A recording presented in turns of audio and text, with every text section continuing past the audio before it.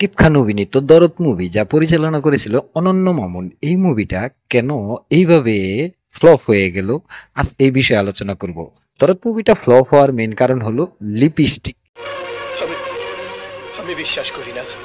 আদর আজাদ এবং পূজা চেরি অভিনীত এই লিপস্টিক মুভির জন্যই দরদ মুভি ফ্লপ হয়েছে, এটা মানতে হবে। স্যারেন্ডারি যখন করব তখন ভিলেন হিরো সেজেই করব। দরদ মুভিটা ট্রেইলারে অনেক হাইপ তৈরি করে এবং সিনেমাটা ঈদ ছাড়া রিলিজ হওয়ার প্রথম দিনেই 1 কোটি টাকার উপরে বিজনেস করে। প্রমাণ ছাড়া তো কোনো কিছু বলা অসম্ভব। প্রথম দিনে ব্যবসায় খুব ভালো করলেও মুভিটা দেখেই মানুষ বুঝতে পারে মুভিটা কপি বা নকল। এটা মানে দরদ মুভিটা তখন সবাই বলতে শুরু করলো এটা লিপস্টিক মুভির নকল। তো দেখছেন মিল কেমনে খুঁজে ভাই। কিন্তু কিন্তু কিন্তু লিপস্টিক মুভিতে অভিনেতা অভিনেত্রীরা অভিনয় করেছেন দুর্দান্ত। পূজা চেরি বলেন, আদর আজাদ বলেন, শহীদুজ্জামান সেলিম বলেন, সবাই দুর্দান্ত অভিনয় করেছেন লিপস্টিক মুভিতে। আর পূজা চেরি তো তার লাইফের সবচেয়ে বেস্ট অভিনয় করেছেন। সাকিব ভাই রাগ করেন না, আমি আপনার কথাও বলবো। আপনি দরদ মুভিতে ভালো অভিনয় করেছেন, আপনার কথাও বলবো। তার আগে লিপস্টিক মুভির কথাটা বলে নেই, এর মধ্যে আপনি ওই জিল্লুর সাথে একটু মালটাল নিয়ে কথা বলেন। আদর আজাদের কোনো মুভি আমি আজ পর্যন্ত দেখি নাই। আজ ইউটিউবে আদর আজাদের এই লিপস্টিক মুভিটা দেখলাম, দেখেই তো আমিও বুঝতে পেরেছি দরদ মুভির কপি এটা, বা দরদের কপি বলেন বা লিপস্টিকের কপি দরদ বলেন, দুইটার একটা তো হয়েছে নিশ্চিত। তো মুভিতে আদর আজাদ ভালো অভিনয় করেছেন, খারাপ বলা যাবে না। আর পূজা চেরি বেস্ট, আর শহীদুজ্জামান সেলিমের কমেডিটা খুব ভালো লাগছে। অভিনেত্রী, বিরাট অভিনেত্রী।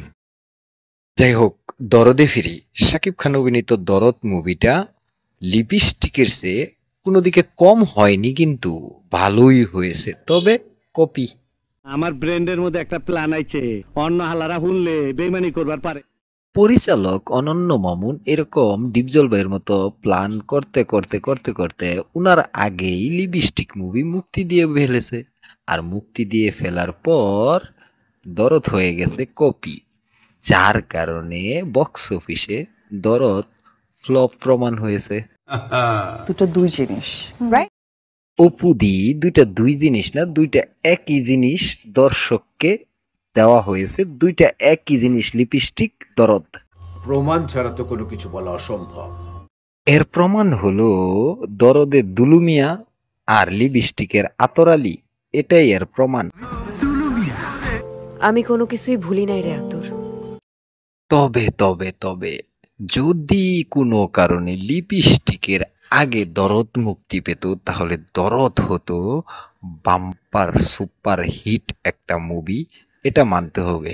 যদিও দরদের সোনাল চৌহান পূজা চেরিসে দুর্বল।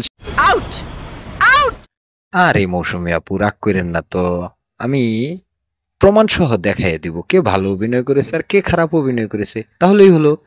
এটা কি 70 দশকের কোনো হিন্দি সিনেমা পেয়েছেন? যখন মাথায় আঘাত পড়বে তখন সবকিছু ভুলে যাব, যখন আবার মাথায় আঘাত পড়বে সবকিছু মনে পড়ে যাবে। তুমি তো বললে থানায় গিয়ে সব দোষ স্বীকার করবে। পরিচালক অনন্য মামুন প্ল্যান প্রোগ্রাম খারাপ করেনি, কিন্তু উনি দরদ মুক্তি দেওয়ার আগেই লিপস্টিক মুক্তি দিয়ে ফেলে ওনার মাথায় বাঁশ দিয়ে একটা আঘাত করা হয়েছে আর কি। উনি মানুষের কাছে পচে গেছে আর মুভিটাও ফ্লপ হয়েছে, উনি চাপাবাজ হিসাবে প্রমাণিত হয়েছে। আমি তোমাকে বুঝতে পারিনি। তবে পূজা চেরি লিপস্টিক মুভিতে তার কেরিয়ার বেস্ট অভিনয় করেছেন এবং তার অভিনয়ে দক্ষতা আছে, এটা মানতে হবে। অনেকদিন পর দিলাম, কি দিলে? দোয়া। লিপস্টিকে পূজা চেরির পাশাপাশি সবাই ভালো অভিনয় করেছে, এটা মানতে হবে, সবাই ভালো অভিনয় করেছে।